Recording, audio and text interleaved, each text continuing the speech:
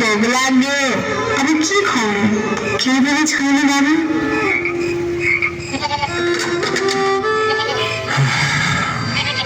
कहाँबाट कमाउँ र खै केही छैन हातमा खै नेपालीको चाडबाड भन्नु पनि यस्तै छ खेत पनि बाँझै छ रासरी पानी पर्छ कि भन्ने खै ए साइला पनि त आएछ ए साइला यता आउन हौ गफ गरौँ दाजु खै के गर्नु गाईको बिजोग छ घाँस पनि काटेको छैनको हरि बिजोग को भयो ए अनि साइले चाहिँ कता नि खै बिरामीत्र हुन्छ घरमा खानेकुरा एउटा छैन के गर्ने होइन के साह्रो अनि कल्लाएको नि गाउँमा ल बस् न त एकछिन कहिले पञ्चायत सुविधा सबैले भन्थे गरिबलाई भलाइ हुन्छ तर खै त त्यही त आज त छट टार्नु पो गाह्रो भयो यो व्यवस्था त गरिबका लागि होइन रहेछ हौ दाजु होइन दाइ तल्लो घरको पृथ्वबहादुरको छोरा त मरेछ अरे पुरै रुवासी चलिरहेछ त के कसरी कोइला खानी गएको थियो 5 महिना अघि कोइलाले थिचेर आज बिहान खबर आएछ म हिजो त्यहाँ गएकी थिएँ चामल थिएन नुन पनि थिएन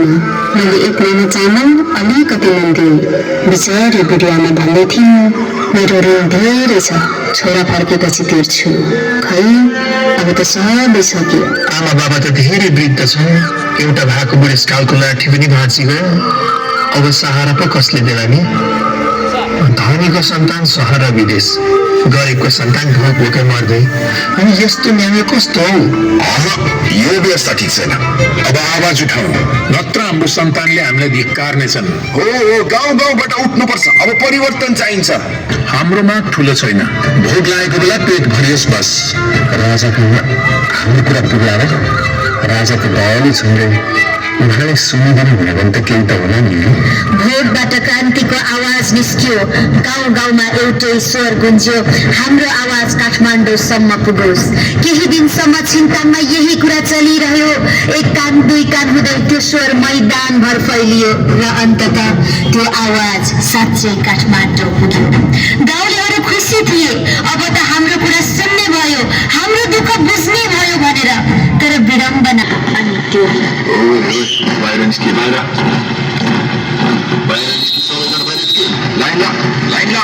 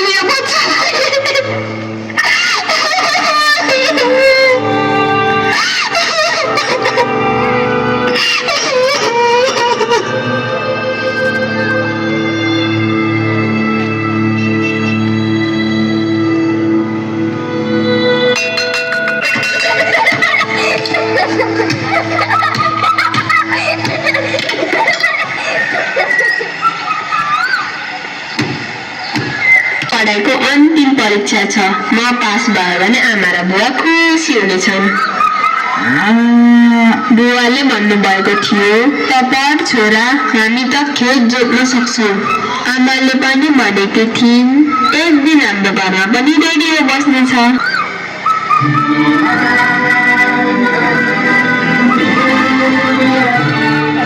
यो मेरो देश हो म पढ्छु ठुलो मान्छे बन्छु यसैलाई राम्रो बनाउँछु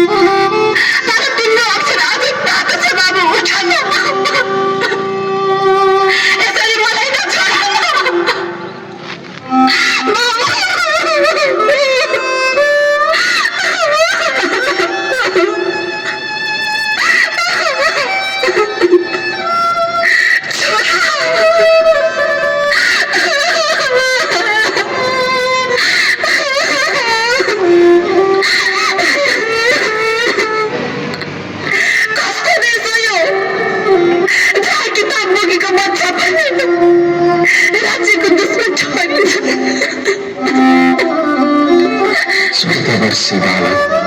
हातमा किताब थियो बन्दुक होइन। आमाको खाक रित्तो भयो, तर उसको सपना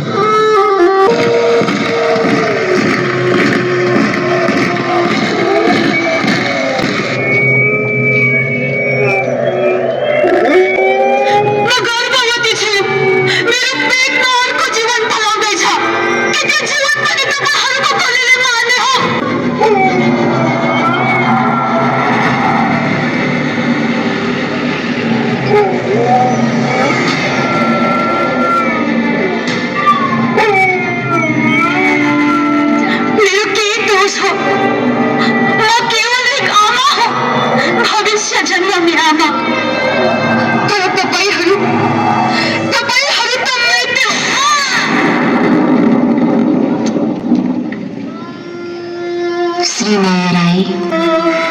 गर्भमै भविष्य बोकेकी आमा, जसले मृत्यु साटेर जीवनको बेउरोपिन उहाँको सास बन्द भयो, तर उहाँको मातृत्व अमर रह्यो। 3-4 दिनभित्रै 16 निर्दोष प्राण भेला र 14-15 किसान सबै माटोमा ढले। गाउँ स्तब्ध, घर घरमा सुक आवाज अनि करुणाले भरिएको सबै गाउँघर, सबै झन् जटिल। छिन्दनै चाहेको सपना सानो मात्र थियो, सत्य, न्याय, भोकमरीको अन्त्य, पढ्न पाउने अधिकार, रोजगारीको आशा। तर आज पनि शहीद परिवारहरूको पीडा छाती चिर्ने घाउ झैँ जीवित छ।